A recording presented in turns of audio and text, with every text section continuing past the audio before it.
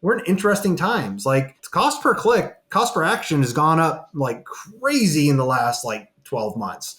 So it's like, this is not the time for most businesses have the extra margin to be dumping a whole bunch into pay per click.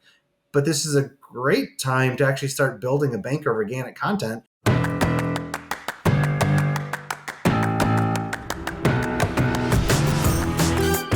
Welcome to the Marketing Expedition Podcast, an auditory journey through the latest in marketing, branding, and advertising. Now, here's your Marketing Expedition guide, Ray Allen. On today's episode, I get to speak with Kurt Uhlir, and Kurt is a globally recognized marketer, operator, and speaker. He's built and run businesses from startup to over 500 million in annual revenue, assembled teams across 6 continents, been a part of the small team leading an IPO at 88 million, and participated in dozens of acquisitions. He was at the front lines creating several of the marketing channels that we all use today, including social media management, influencer marketing, and location-based marketing. In recent years, he has focused on helping individual business owners and marketing agencies with a heavy focus on real estate in the United States. Kurt and his team have analyzed more than 50,000 real estate websites over each of the past 3 years, and the agent businesses behind them to identify what works and what doesn't in modern marketing. And we're going to talk all about influencer marketing and how to thrive in the influence economy. We're also going to get a little vulnerable and talking about leadership and being a servant leader. So you're going to definitely want to listen to this one. We went on for a long time. We probably could have talked all day, but definitely tune in. But first, it's time for our Marketing Essentials moment, the basics that you need to help you continue to build your brand and your bottom line. Today's topic, we're going to cover unaided versus aided awareness in brand awareness. Okay, so there's really 2 types. Well, there's probably more than those 2 types, but we're just going to focus on awareness and if it's aided or unaided. And really, brand awareness is basically where you are recalling the brand that you want. And it can also be where it's unaided recall or occasionally spontaneous recall, where brand recognition is recalled without giving the brand name in a survey or when you're doing a focus group or a one-on-one interview. When you create unaided awareness for your brand, that means that people know about your brand, that they know that you are in business, that you exist, right? And these types of awareness operate in different ways. And it's really important to understand the implications in your marketing strategy and your advertising efforts to know where you're at in your level of unaided versus aided awareness in your audience that you're wanting to target. And so ways that you can create unaided awareness, where brand awareness is things that they can do. You're wanting to raise that awareness so that when people ask, hey, where's the best barber shop in town, then somebody automatically responds to that and says what that is and can tell you, oh, it's going to be XYZ company. And you want your company to be one that's top of mind. Maybe it's unaided awareness to where when you are job searching and you want to find a job, what website do you go to? What automatically comes to mind without me even telling you different job websites to search to get applications in or you put your resume up? What are some sites that come to mind immediately without me saying it? That is unaided awareness, what you just did and thought of a brand that I didn't even tell you what those brands were. Now, if you wanted aided awareness, you could list out the different job search sites and then somebody could pick from a list as to what, and they could rank them and the top priority of what they would think of first and where they would go for first if they were looking for a job, for example. And then they could rank them in order of priority or what they know of them. However you pose that question to them, if they're to do a survey or if you're asking those questions from them. But things that you can do to increase that unaided awareness, if in getting the brand name out there, we know that it takes 11 to 13 times for people to see or hear or experience the brand to even recognize what is happening or that you have heard of that brand before. So if you can think of ways that you can increase that brand awareness, maybe it's for a cause, right? Maybe it's a brand that you feel passionate about or that you are a part of or that you're a board member on. You can do things like wear the clothing, logo wear, t-shirts, hats, using rubber stamps, I don't know, silicone wristbands, right? Buttons, pins, all the things that you can do to display the name or display the cause. You can put the little avatar on your, or little banner on your avatar, all kinds of fun things. You can raise money, you can donate and then share that you've donated. You can volunteer and participate and take photos and put those on social media. You can talk about it online, in person. Word of mouth will fuel and accelerate that brand awareness. You can do more research and you can recruit people, all the things that are going to help build that awareness. Now, if it's a retail product or a service that you want people to have unaided awareness, then maybe it's getting those services out there. Maybe it's getting on the news, it's getting publicity, it's getting awareness and recognition in a variety of different ways, right? So thinking about that recognition, that people can recognize the brand because you've put it out in front of them in the right place and space and time, into the right audience that need your product or service. What's it going to take to get them to acknowledge that your brand exists, that they want to have an experience with your brand and do those types of things, right? And that's where advertising comes in, where you're putting the message in front of them. It's aided awareness. You are aiding them along into wanting them to get your message out in front of them and doing the things where there's calls to action, where they're going to act upon what it is that you're wanting them to do. And then you're going to think about the messaging and how you're going to have that message look and feel and present. And if it's imagery, if it's visuals, if it's video, what are you doing to help aid in that process of having that brand recognition and awareness factor increase over time? And that's where we can track those types of things, where you can track unaided awareness by doing the surveys and not listing the brands, or you can track aided awareness where you list all the brands, and you can see and use that as a benchmark and understand, okay, at the beginning of this time period, how many people know about my brand that I send out to a sample population versus not. And then in 6 months from now, you can do the same survey and then see if your increase is happening and what kinds of things are increasing that aided awareness. So anyway, those are the differences between unaided and aided awareness. And of course, our goal in marketing and advertising and all of the things that we do is to help increase that awareness factor unaided, so that way then they can choose you when the time comes, when you're in the right place at the right time with the right message and in front of the right audience. All right, let's get to our wonderful interview, and we will have even more nuggets coming up.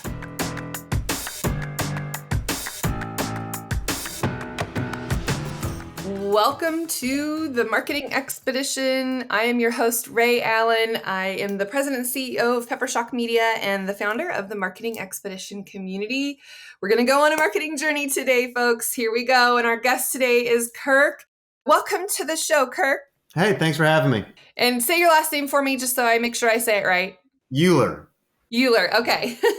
I always try to make sure that it's the right one. So Kirk Uhlir, welcome. And Kirk, let's just share a little bit more about you and your background. And you have a pretty fascinating story to tell. So let's just start with kind of what got you into this world and then go from there. And you've got some pretty cool stuff to talk about. So let's hear it. Yeah. So, I started actually earlier on as a business. I billed my first hours actually to Bell Labs before I was 10. Which was kind of the Apple of the day.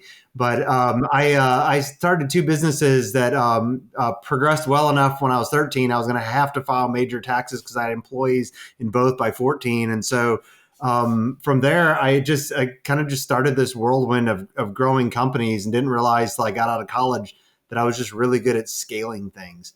And so I've ended up in marketing, high tech for most of my life. Helped start 3 of the marketing channels that we all use today: location-based marketing, influencer marketing, and social media management. And was at the very early stages of all of those. And so that's kind of a unique place, but I tend to be at really big companies and have kind of found myself in real estate for the last, almost 5 years at this point. So.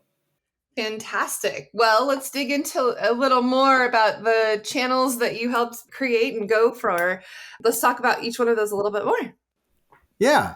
The initial thing was we started with location based marketing. We think about all the Google Maps is where so many of us embed in websites for clients and things nowadays, and we see it in search. But even today, Google's a small player compared to a company that's called Here Technologies, and so it had been R&D house of Philips Electronics. They dumped about $800 million into it, and we ended up taking that company public, raising going from $85 million a year in revenue to like $1.44 billion a year in revenue. And so tons of different, I mean, we think about all the industries that use maps or spatial data or traffic data. But during that time, we my small team and I, we invented the technology that's now used and licensed by Waze and at Google and Apple Maps and a bunch of others. And basically, for better or worse, any of the targeting of wherever people are, where we are based on our location through servers, we have the core technology and patents around that. And so that was very early on in that days. And now it's just like, I mean, we've all been using that for more than a decade at this point. So. That's awesome. I know. I kind of forget about Waze. I like Waze. It's kind of fun. I need to reintroduce that into my life. Yeah, it's definitely nice nice when going on longer travels. It'll always get you there, and if you're locals, I find that you always have a. I always tend to know a little bit better route or way I'd rather take, but especially if like I'm in Atlanta, and so with this big interstate that circles the city, like if you're on the other side of it, there's no. I mean, unless you're a local right there, if traffic happens, you don't know where to go, but Waze will get you there. That's right. That's right. Well, that's pretty incredible to be a part of something like that that now is like global, universally used and saves so much time for people to be able to get from point A to point B. I know I definitely rely on all of the maps. I need the maps to get where I need to go. So it's much different than having to pull out the paper and unfold it and try to navigate where you're going. So that's thank you. Well, I mean, I didn't start that company. I mean, the company had been around for 20, 25 years by the time we joined. It had just, we were part of the team that made it kind of operational. And we were actually just to a large degree. I mean, it was so large because of car navigation systems were actually where the bulk of the revenue was. And it was just the right time for mobile devices to kind of take off. And I mean, you mentioned like print maps. I mean, gosh, I'm trying to think, probably even back since like, as of like maybe 1995, 1996, even like the Rand McNally maps we used to all get from like our insurance companies and stuff where you can still buy. Those actually were printed from the digital maps from that company. So even when it's print, it's still digital. Right. Yeah, no, that's pretty amazing.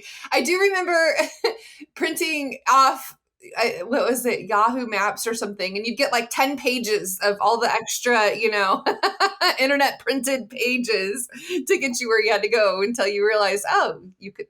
They created apps for that.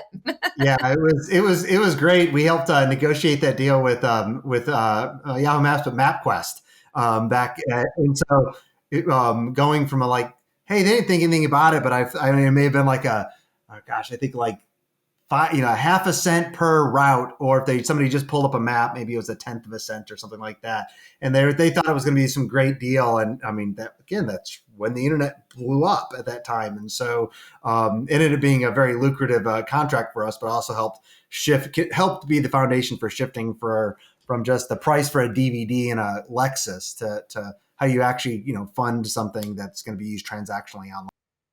That's amazing. That's amazing. Okay, so then from locational, then the next area that you focused on, let's share about that. Yeah, I ended up joining and being mentored by a gentleman named Reggie Bradford. He was a three-peat entrepreneur. He'd started, came into a company called Vitru. And so same thing, kind of think about social media management. And so nowadays we all use some scheduling software. Facebook, it has it built in for some of it. But before Facebook had pages, there was Vitru. And so we actually helped them with pages, the APIs. And originally there were only two big enterprise companies. We were one of those two. And then as individual marketers or agents, and they would have used Hootsuite, which would have been the competitor more for the individual social media manager. And so Oracle ended up buying that company. It kind of imploded or fizzled out after a couple of years within there. That put us early on in the days. Even my teams helped manage Apple's social media back in the day, but used by social media anything from Samsung Mobile to Shane's Rib Shack here in Atlanta. So Nice. Yeah, definitely. I remember using a lot of the different social media management tools, including Hootsuite, for a long time. And you're right, it was definitely one of those things, especially for agencies, to be able to use and manage and sort of hack our way through to get, being able to manage other people's pages and do all of that. And yeah, it was really helpful to be able to do that and get the reports and then show your clients kind of the ways that things were working on their socials. Because at the time, a lot of clients had never even been on social media. So I remember using that tool to make myself look really good. yeah, well, and even while we were in enterprise play down to kind of some of the mid market, it was amazing. Still, I mean, we all see this in all areas of marketing today. Is like marketing tools are great, and marketing technology and the stack has only gotten more complicated. But it almost makes it harder for individual businesses to actually do a lot of that themselves. But it's easier for us as marketers to manage that for people. Because like even back then, it's like there's so many of these large brands where like it was actually our team that was managing all of their content, all of their scheduling, and actually doing the work. Even though like Samsung Mobile might have had an agency that was doing the creatives, they would send it over to us to actually put it in the tool. And it's like that's still the same piece of case, whether for most real estate agents today, or plumbers or e-commerce companies. Like it takes somebody to do that work. Where it's like I think too often people just go, oh, like it's social media, it's free. It still takes personal time, so somebody needs to do it. And it's do you pay somebody to do it, or do you do it yourself? Yeah, that's the organic growth that people pay for. Yeah. It's the way organic media or social media is paid. Yeah, for sure. And yeah, and now even today, still creating the content and creating what's going to be the most viable and visible for the people that you want to see it is definitely being a pioneer in the industry. Thank you again for paving the way for those of us that use those tools, because it's definitely a lifesaver for us. And now we use a tool, agencies use it. We call it Pepperpost. It's just a white label version and we use Cloud Campaign. And Okay. same thing, we can use all of those tools to be able to schedule everything, and I'll have it in one dashboard. And it's just lovely to be able to manage it and maintain it and, be able to collaborate with our clients because they can get in there and look at it and approve it. And I love it. Yeah, it's so much better than giving a password to someone, just like to an agency and letting it work. It's like I find some clients, people want to be really involved, and some people just want to check in every once in a while. But the platforms give people that feeling of transparency, so they can be as involved as they would like to be. Absolutely. So, and then the third area that you were at the forefront, the pioneer in, I'm going to say that you were a pioneer in that area, is influencer marketing.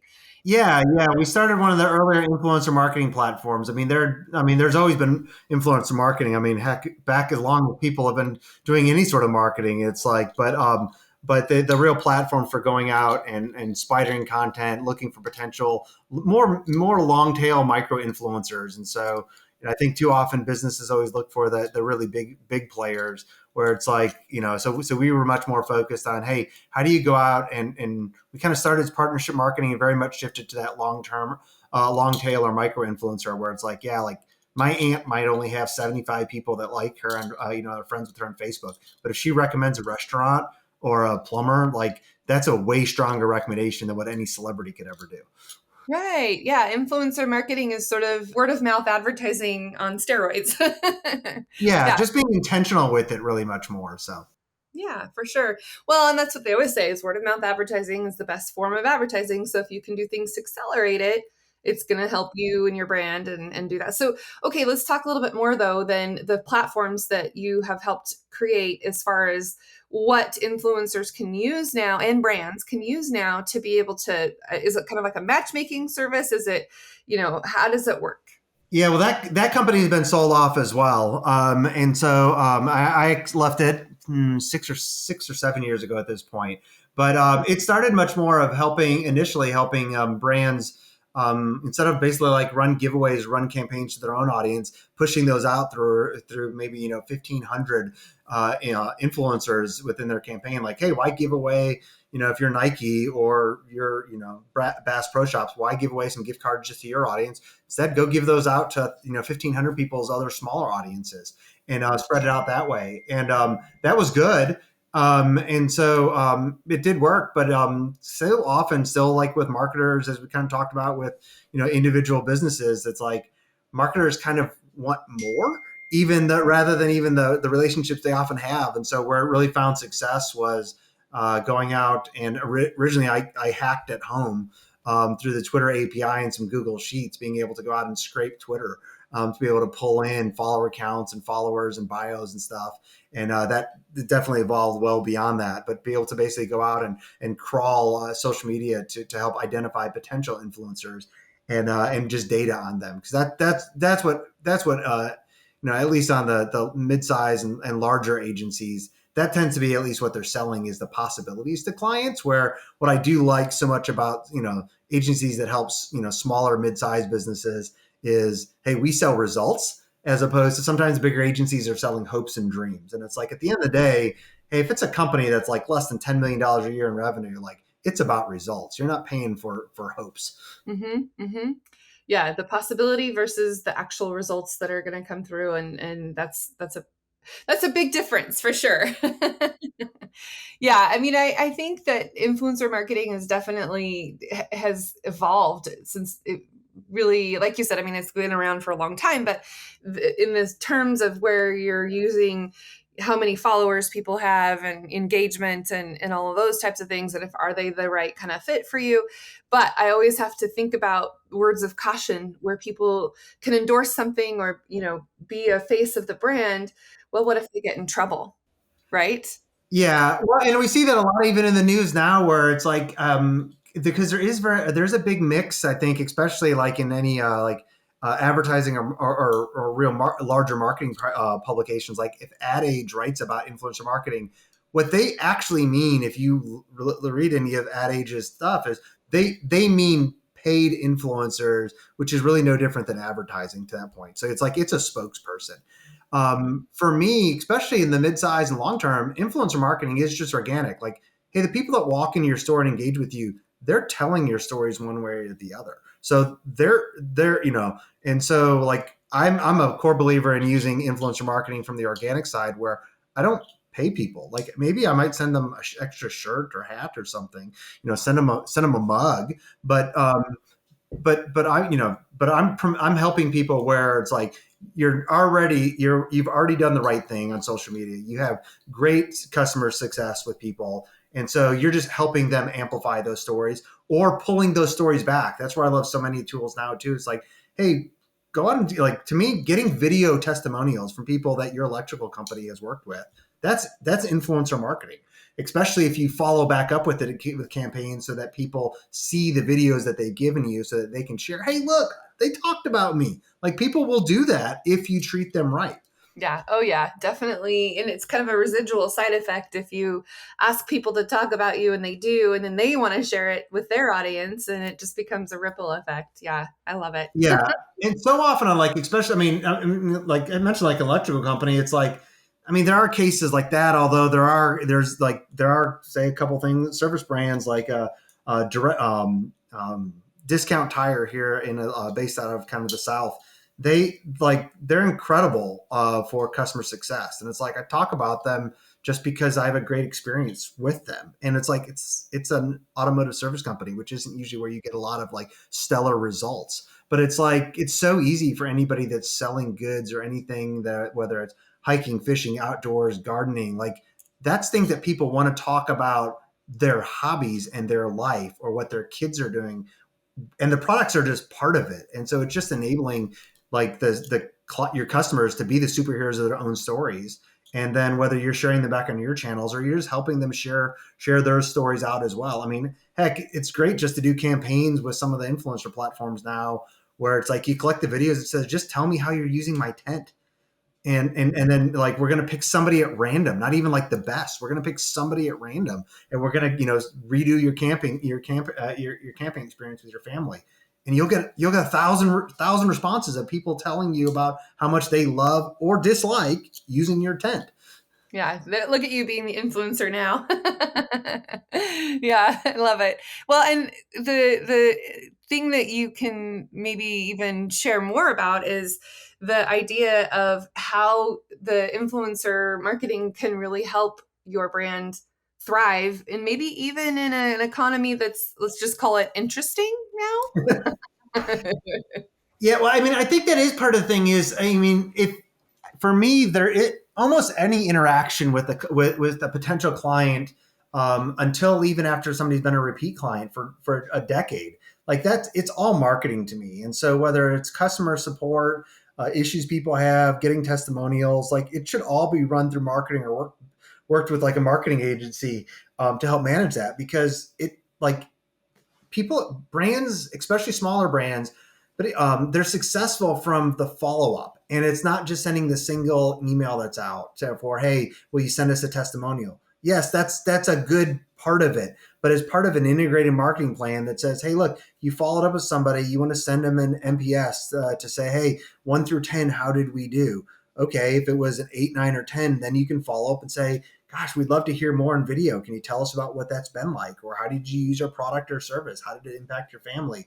And then, using that in follow up or going back and asking for permission, which is a big deal if you didn't ask for it as part of the getting that initial, video. Like that's things that us as marketing operators, we're good at doing.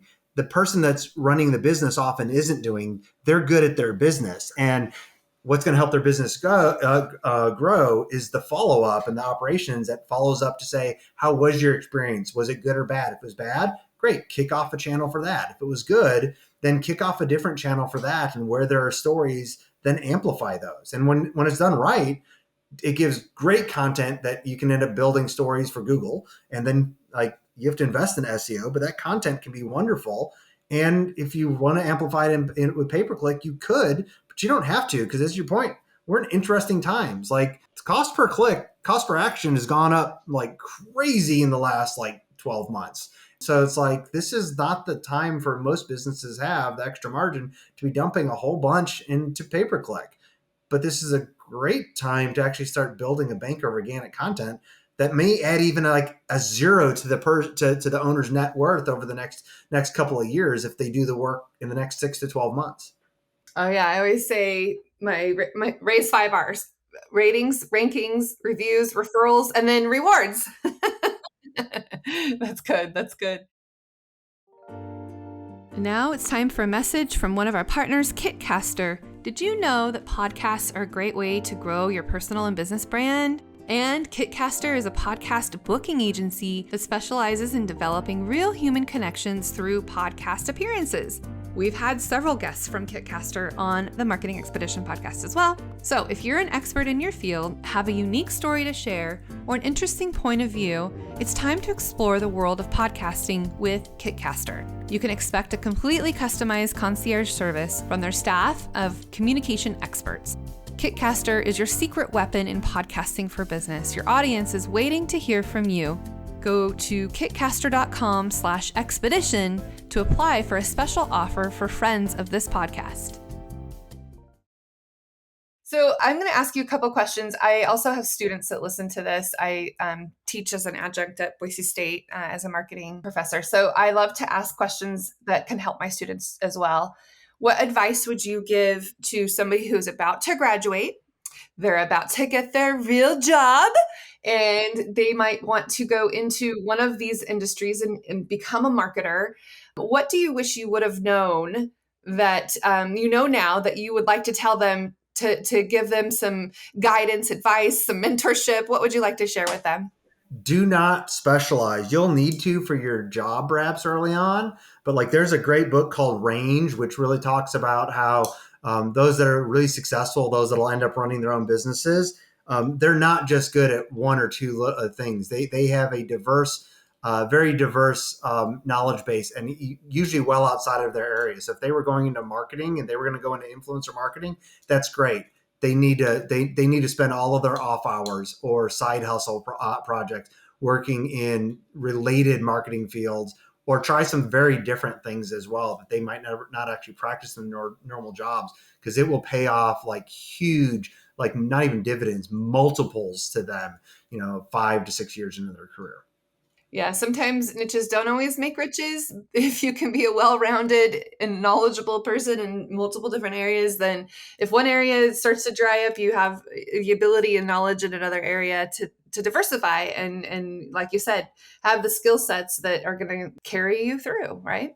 Yeah, that, and to know what questions to ask. I mean, so if somebody may come out and may go straight into, even if they went straight into like pay-per-click ads, which is very specialized. Like, hey, like I'm going to go to just an agency that only does pay-per-click ads. A lot of times, if I was spending like larger budgets, okay, that even there, it's like, but if you're getting early on, if you're somebody running a campaign, don't you need to at least know what is happening in email marketing, what the web design looks like? Are they focused, or have they even thought about SEO? You don't even know what questions to ask if you don't have the knowledge, at least a basic working knowledge of those other areas, much less from an accounting perspective. Like, hey, it's a really big thing to be able to have a conversation to talk about, hey, the investment in organic, and whether it's content or SEO, and it's going to be cheaper long term, but you're going to pay for X amount of time before you'll see terms. But if you put in pay-per-click dollars today, it's just like you'll get results tomorrow, but you're always going to have this flywheel that you have to put in money to get on the other side. Like, that takes an accounting knowledge to actually have a real discussion with a business owner, I find, in most cases. And so like most marketers aren't capable of doing that. So. Mm-hmm. Yeah, having an understanding of various different areas. And we just recently had our team watch financials for non-financial people so Yep. that they at least have a basic understanding of why, if you pull this lever, what's going to be the end result if you do this, or if you tweak this, or, and it's important for them to understand why they're doing what they're doing and why it's important to, I don't know, bill our clients. All of the above. So you mentioned one of the books range, but what are some maybe other, resources, things you listen to, things you read, or, all of the above? What are some things that you stay on top of? That's a good question. I do a lot of just writing myself right now on high achieving servant leadership. So it's like I have a post that just went out on like 16 of those books that I would recommend on my website. There's a lot of ones that aren't great. Somebody that comes from a faith background and strong in my faith, actually from a business perspective, don't recommend most books on servant leadership. And actually for that pure perspective, there's actually a number on that list where it's like, you don't get it through most CFOs at companies, because they come from a place that this is just the right way to treat people. There's a couple on that list though, like Cheryl Bachelder wrote a book called Dare to Serve. She was the turnaround CEO for Popeye's Louisiana Kitchen, and so like you read her book and it's like, well, she is a person of faith, but if you read her book, it's really clear. If you want to grow something faster and higher than you could in any other business style, servant leadership is the best way to go with that. And I think it's really helpful for people early on in their career to learn that, especially having been the hierarchical boss in the past, that made people millionaires to the point, but some of them still won't return my phone calls today because I was just such a bad boss. Like, hey, there's a different way to lead, and it's a better result for clients and the business. Wow, that's pretty vulnerable. Thank you for sharing that, because I think that a lot of people go through that journey where they transition from being kind of cutthroat and ruthless and, it's all about the bottom line and the dollar and we got to, make money at the expense of people's mental health and their, work-life balance. It doesn't exist and all of the things. So, okay, what is your definition now then to be a servant leader, a leader that serves? I mean, there is a place. I mean, anybody who's really just pushing so hard in things. I mean, I can go back through and look at their look, and they're going to have huge employee turnover, huge churn. Their costs for running their business are so much higher than if I'm treating people right. If I'm acknowledging that, hey, I may have people on my team where their spouse comes down with a major medical condition like cancer, or you're with somebody through pregnancy or adoption or elder care. And it's like, those are the people that are going to not just be there for you for, the 40 hours you're asking somebody to show up for full time. They're going to be there for you to go to war, which is really what it takes is like, hey, like I want people that are there for the outcomes we're trying to reach for the company. And part of that is the team that we have. And so it's like, if you're treating people in a way that that they feel cherished and they understand how their personal purposes match up with the company's purposes, they're going to look for new ways, often ways that are better than mine, to help the company reach its goals. Also, when I'm hiring, guess what? They're going to bring people to me that they want to work with, because they know what the environment's like. They love the environment, and they also want to bring usually only high performers, people that are at a high performing company, that like the culture. They're not going to bring people that are going to, phone in 20 hours and claim it's 40. They're not going to bring people that are, that are not great performers because they like what we have. And at the end of the day, like, dollars are the blood flow for a company. The company doesn't make money, can't employ people. So if you can't employ people, we can't help people's lives. But at the end of the day, I also, like, if I just burn through people, like, there's only so many people I can go through as well. I mean, you see that with so many high tech companies where it's like, you go look at their Glassdoor rating and it's like, yeah, you wonder why people haven't worked there. And then same thing as I talk to small businesses and they're like, it's so hard for me to hire people. And I'm like, because I know how you treat people. And or on the other side, they treat some of their people very well, but they're so quiet about, like, their company. Nobody knows that, like it's a great environment to work at. Oh, that's you definitely hit that on the head. I think that, I mean, I've been doing our business for 20 years and I definitely have seen a shift of, how things go as you get a little bit smarter, a little bit more knowledgeable about how to treat people, how to make things work and better. But thank you for sharing that for sure. I definitely can relate. So, okay, just because this is fascinating to me, because you were willing to share, what are maybe some things that you think that you did that were the catalysts that made you shift in your thinking about how you did treat people? Like, maybe what were some examples, without sharing names obviously, Yeah. that things that like you said, maybe people won't call you back, but I mean, just as a kind of a journey to share, what are some things that you think that kind of caused that kind of animosity, and then kind of bring us to where you are now? Because I obviously see that you have definitely shifted and I love it. But just, words of advice, words of examples that maybe leaders who are in that position where they were, where they need to go now from where they, maybe they are right now being that way that isn't healthy or beneficial, right? Give us some examples if you care to share, Kurt. Yeah, I mean, some of the cases, well, I mean, at the very broad case, it's like, I kind of believe that, like, if I walk, I was never the yeller at work. I hired a lot of yellers, and unfortunately, like, wow, I didn't know how many F-bombs people could drop until I started hiring people from McKinsey. And I was like, wow, which isn't the case for their culture now, but it was when I was hiring people from there. But I believe that if I walked into a room and one person was crying, that it was them. But if the whole room was crying, or many people, it meant that I dialed it to 11 and I needed to dial back the pressure just maybe to a 9 or a 10. That's how high I ran margin. And I didn't understand that concept of burnout at all. I mean, I got promoted very early from an authority perspective. Happened to be very right on a lot of calls on a number of industries, and so we pushed really hard. And so looking back, I mean, like, now I would look at things like, I've been through elder care with three different parents between me and my wife's family. Like, that's a major thing, especially when there's memory care in there. Child care, adoption for people. And it's like, well, too many bosses, like, they want grace when they're going through those things. But if anybody on their team is going through those things, they still expect them to put in 50 hours that week. And I'm like, really? Like, if you're not treating people at least as good as you would want to be treated, why should they not take a better offer when I come to them with one? Because, like, those things are temporal. Even stepping, like, we'll say, like, one of the things, like, we stepped in for with advanced Alzheimer's with a family member of mine.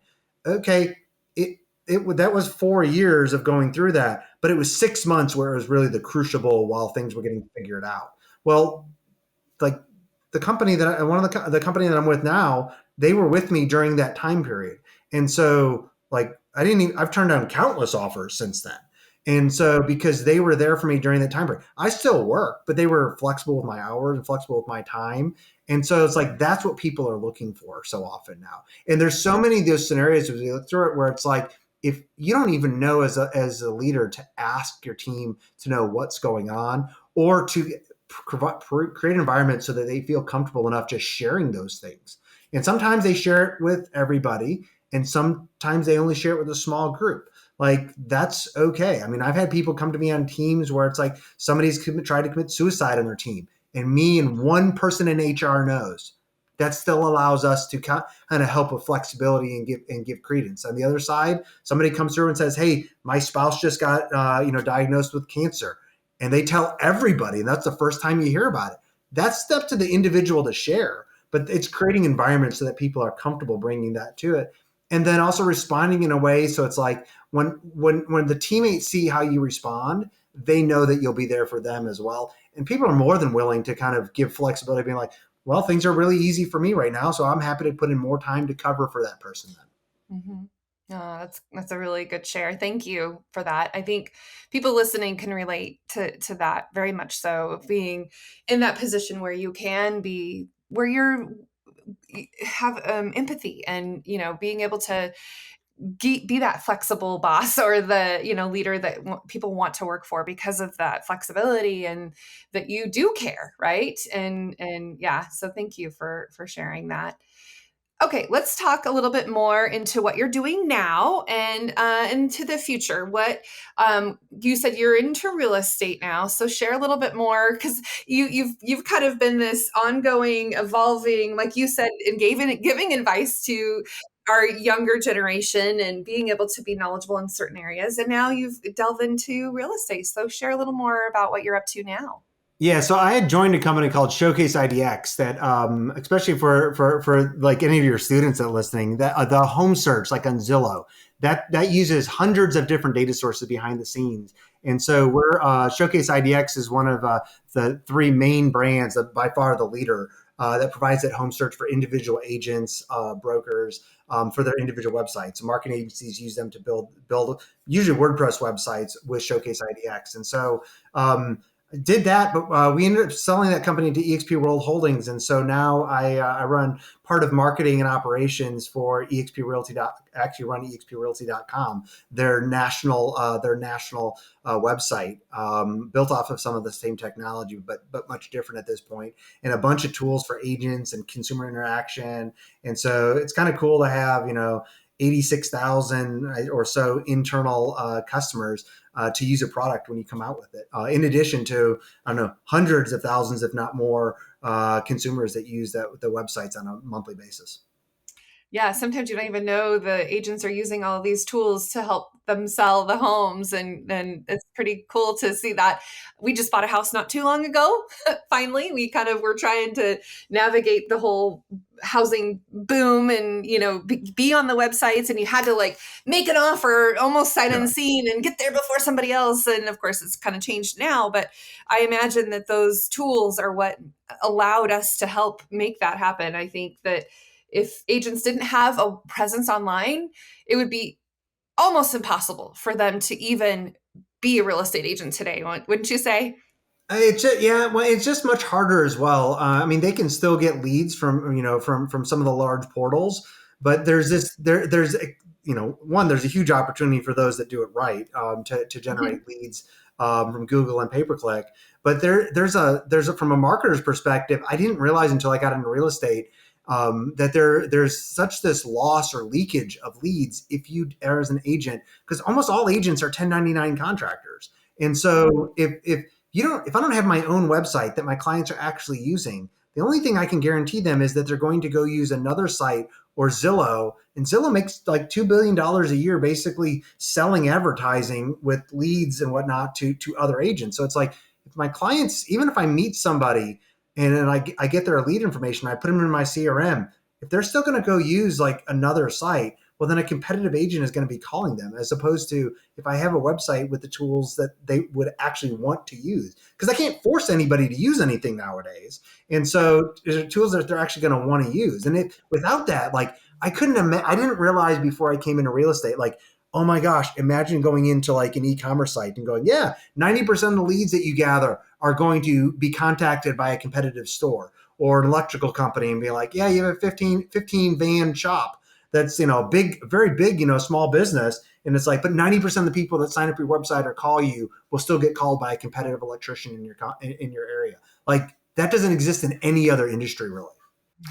Yeah, it was pretty overwhelming how once the word got out that we were going to buy a house. Oh my goodness, the floodgates opened with emails and text messages and phone calls and postcards and I mean it just it was a little overwhelming, but I think that it's kind of, if you're not out there in the front and forefront of being there when it's needed and top of mind when somebody needs you, then you're missing out for sure. So those tools definitely help the industry in so many ways, which is interesting now because I think that the way the market's going, interest rates going up, and it's kind of like weeding out those that don't rise to the top, right? I mean, are you seeing some interesting things happen in the real estate industry now?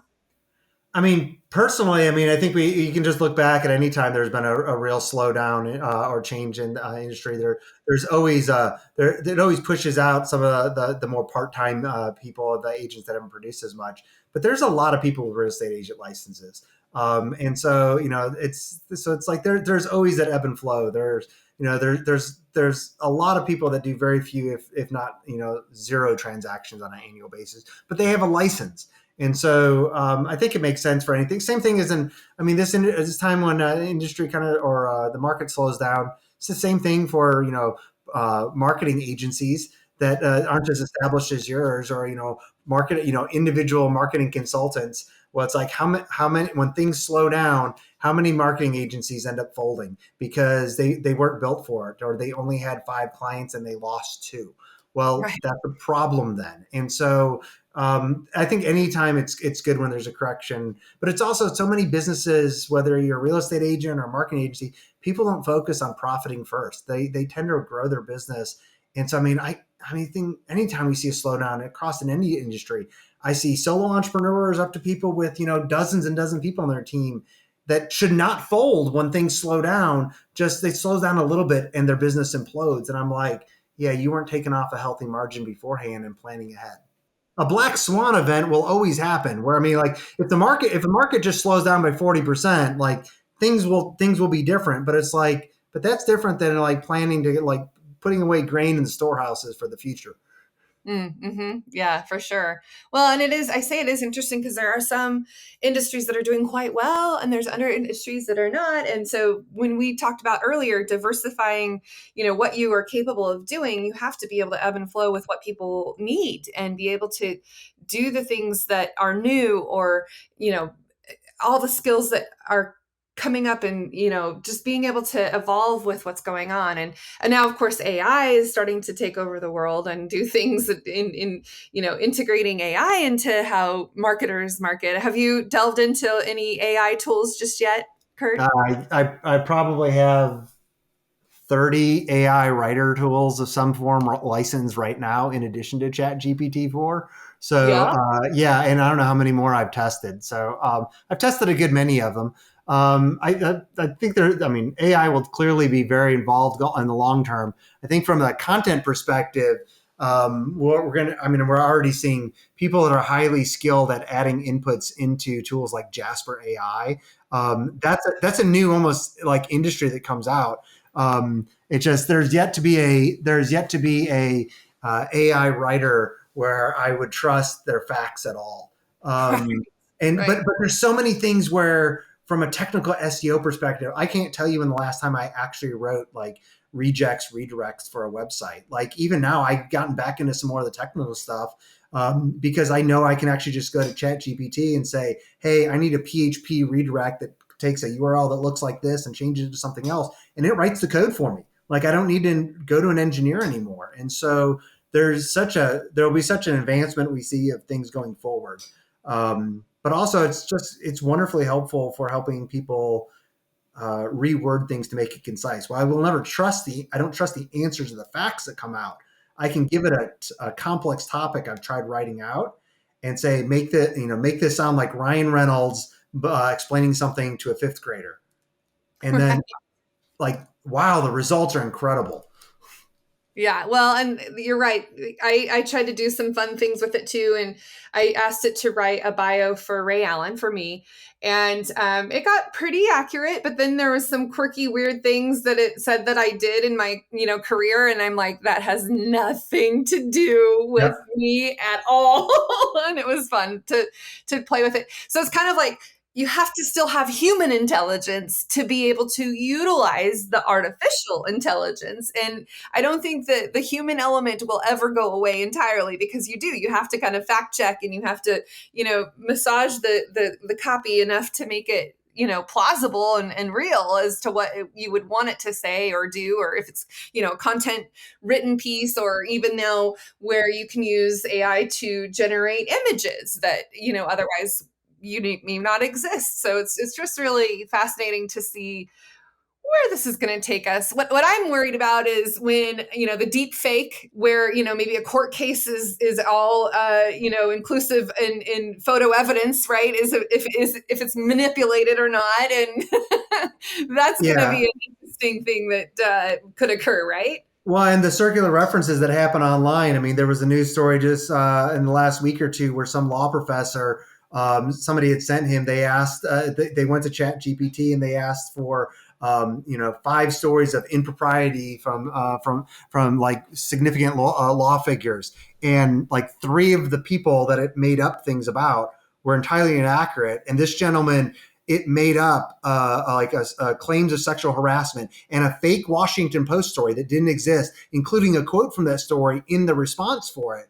And and he was like, just like his mind was blown, more of just like, hey, clearly like this wasn't him or the 2 other people that were mentioned in there. But he was like, but what happens when 50 news stories pick that up and they don't reference back to where the source came from? And so some of that will be kind of quite interesting. There's topics that always make sense, but I mean, and I like the debate, the ability to ask my Echo Dot, questions about like, what's the weather, the humidity. Those are things that I don't need. I don't need a diverse viewpoint of things, but it's like, I don't trust my general doctor on things. That's why you get second opinions or third opinions sometimes on complex issues. It's like, why, hey, as a marketer, I know that, hey, there are certain topics that like, yeah, Google snippet is going to answer something for somebody. And there's other topics where if there's not an article I could write about how to buy a $150,000 RV that would answer the searcher's full intent. They're going to hit 3 to 7 of those articles if they're trying to do that research, because they're looking for a diverse set of viewpoints. I'm hoping, like if I was to write that article, that I'm going to be in that listing for them. But that Google also knows that. So there's not just an answer. It's like, hey, I have 150 grand. What RV should I buy? There's not a single answer to that. It's dependent upon the person. And so, but there's also a lot of things where AI is going to get a lot better with that. Like I love telling brands now, I'm like, repurpose your social media content repeatedly. Like it's horrible that Facebook only shows like your content to 0.1% of your people. You can also repurpose it 50 times over the next year, and chances are it's not going to see it, and you almost can't post too much because the algorithm is going to show things to people as much as they're wanting to see that content. That's machine learning, not necessarily AI, but like the AI gets to know my wants and wishes. And so if I was searching for that 150 grand RV that I mentioned, it might be able to say, Kurt, you probably just want to read these 3 articles, not these 7. Right. Okay, I'm still going to go read multiple though. Yeah. Well, and when you repurpose it, the goal though is that you don't want it to be exactly the same on multiple different platforms, because then it's going to pick up to say, oh, this is, you're plagiarizing or you're copying Yep. or it's, Yep. whatever, right? So that's always, I always say, if we're going to repurpose content, it needs to be different on each platform. And when you have different audiences on each platform too, you want to write to what is going to be more accepting to an Instagram audience versus a, LinkedIn audience, for example, Yep. right? So when you repurpose it, just make sure that it's repurposed for the right platform, for sure. Excellent. Oh my gosh, we could talk all day. This is fascinating. But let's go ahead and a couple more questions and we'll wrap up, Kurt. What is it that you want people to listening today?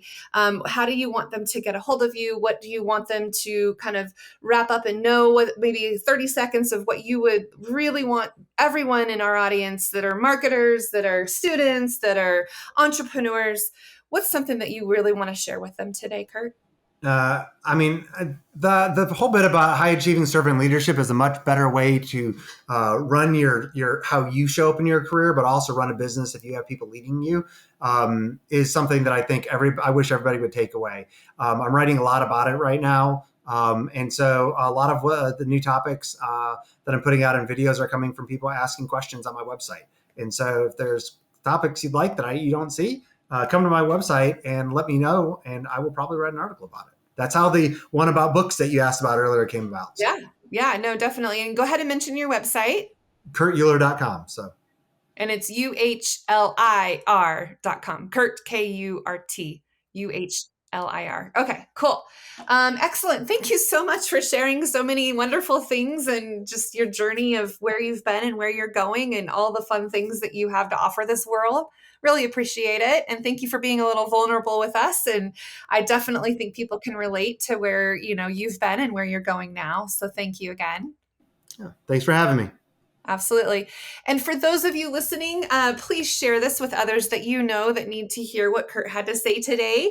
And of course, give us that Google review or Apple review, whatever, wherever you listen to your podcast. Those reviews are like gold to podcasters. So thank you for those of you who have. I'm going to start doing some shout outs to all of those who have given us reviews. So there's your fair warning. Give us a review and we'll share your name out. Because like you said earlier, Kurt, people want to hear and see what they've done, and it's going to help us accelerate that word of mouth. Right? Yep. Absolutely. And until next time, everybody, enjoy your marketing journey.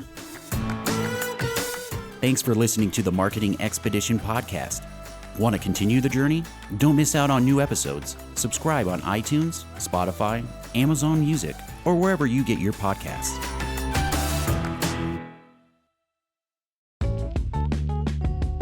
Wouldn't it be great if there was one place you can go to get all the latest information and tips about marketing and advertising?